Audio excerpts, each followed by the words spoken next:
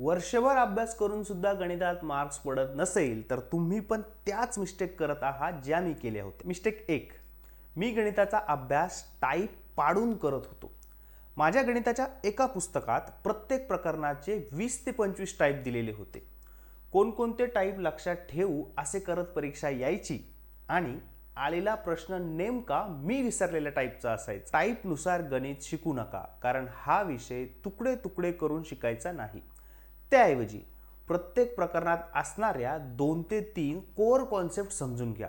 तुम्ही 20-25 नाही तर 50 टाईपचे गणित सोडवा. मिस्टेक 2, मी गणिताचा अभ्यास इतिहासासारखा करत होतो. माझे मेमरी कार्ड चांगले होते.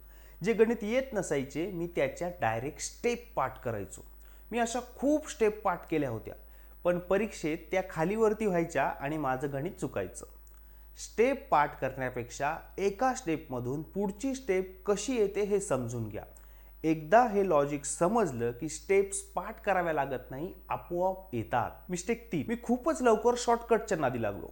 अभ्यास चालू असताना मध्येच एक दिवस माझ्या एका मित्राने मला शॉर्टकट नावाच्या धोकेबाजची ओळख करून दिली, पण तेव्हापासून सगळं बिघडत गेलं.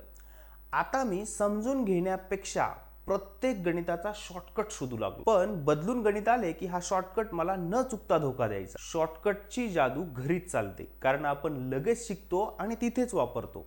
यासाठी गणित स्टेप बाय स्टेप सोडवायला शिका. तुम्ही स्वतःचे शॉर्टकट तयार करू शकाल आणि ऑलरेडी असणारे शॉर्टकट पण लक्षात तुमच्या राहतील. या मिस्टेक टाळल्या तर खऱ्या अर्थाने तुमची गणित शिकायला सुरुवात होईल. माझे गणित स्ट्रॉंग होण्यासाठी या गोष्टी खूप महत्त्वाच्या होत्या. सोबतच मी एक टेक्निक वापरत होतो, ज्यामुळे माझा गणित सोडवण्याचा स्पीड 4 पटीने वाढला.